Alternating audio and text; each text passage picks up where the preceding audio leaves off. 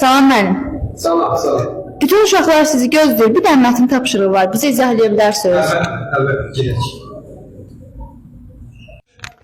Qrupundan asılı olmayaraq bütün abituriyentlər üçün hava və su kimi lazım olacaq sual modeli. Hansı ki, Xumar məndən soruşdu ki, müəllim, sizdən xahiş edirik ki, bizə bir model var, onu təkrar izah edəsiniz. Mən də qərara gəldim ki, onu sosiallaşdırım və bütün abituriyentlər üçün faydalı olmuş olsun. Deməli, məsələ nədən ibarətdir? Mətn tapşırıqları işləyərkən belə bir model qarşımıza çıxır ki, cümlə verir və cümlədə hər hansı bir sözün qarşısında müəyyən bir işarə qoyur. Məsələn, nümunə yazmışam ki, Lalə qapını açıb içəri boylandı nümunəsində qarşısında işarə qoyulmuş sözlə bağlı bir cədvəl veribdir. Sualın şərti də budur. Mətndə əvvəlində işarə qoyulmuş ifadəyə əsasən cədvəli dolduracaq.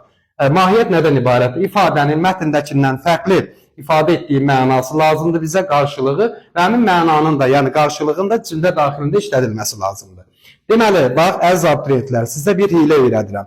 Təbii ki, imtahan prosesində həmin ifadənin qarşılığı olacaq, ifadə etdiyi mənaları, fərqli ifadə etdiyi mənaları o anda sizin ağlınıza gəlməyəcək. Deməli, nə eləmək lazımdır? Birinci, həmin ifadəni fərqli cümlələrdə və fərqli anlamlarda cümlədə işlətmək lazımdır. Birinci cümlələri yazaq. Bax, yazıram ki, su kranını aç, qabları yuyum. Yeri gəlmişkən, kran sözü amonimdir.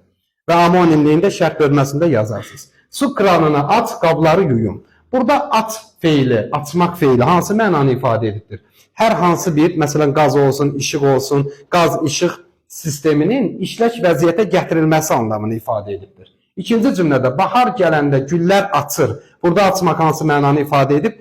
Tumurcuqlamaq mənasını ifadə edibdir. Daha sonra, mağaza sabah açılır, yaxud yeni tədris ilə açılır. Burada isə fəaliyyətə başlamaq anlamını ifadə edibdir, açmaq sözü. Müəllim bu mövzunu çox gözəl açdı. Yəni, neynədir bizim üçün? Bəli, izah etmiş oldu, açıqlamış oldu. Bu tip videoların davamlı olması üçün deməli, nə etmək lazımdır? Videonu bəyənmək lazımdır və şərh bölməsinə də çoxlu xoş sözlərdən yazmaq lazımdır.